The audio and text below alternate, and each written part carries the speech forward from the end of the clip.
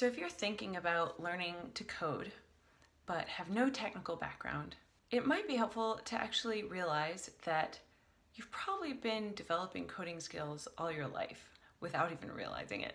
I'll use some examples from my own life. Actually, even just today, I did some sewing, and as I was getting the sewing machine out, it's been a while since I was sewing, I realized, wow, sewing is so much like coding. It's engineering, it's a kind of engineering. You have to make a plan, you have to do a lot of debugging.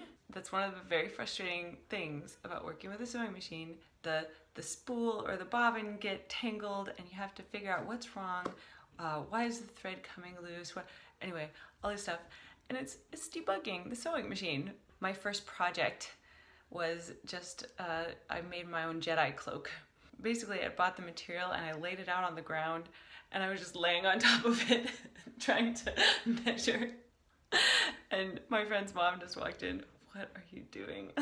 I'm making a Jedi cloak. But that was the beginning. And you know, your coding journey can be very much the same way. You have an idea of a project you want to make and you just do it. Just do it. And you'll learn the better techniques along the way. That's just fine. And it was a very good Jedi cloak, I must say.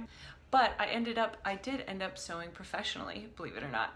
I worked for a sail maker, sailboat sails and boat covers. That was kind of like just coding all day long. You know, he'd come in, he'd give me a task to do, and I would just sit there by myself and I would do it. So I come from a non-technical background, but that was very like coding.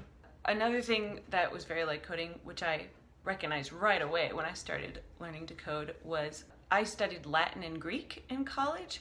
Learning coding was a lot like learning Greek or Latin.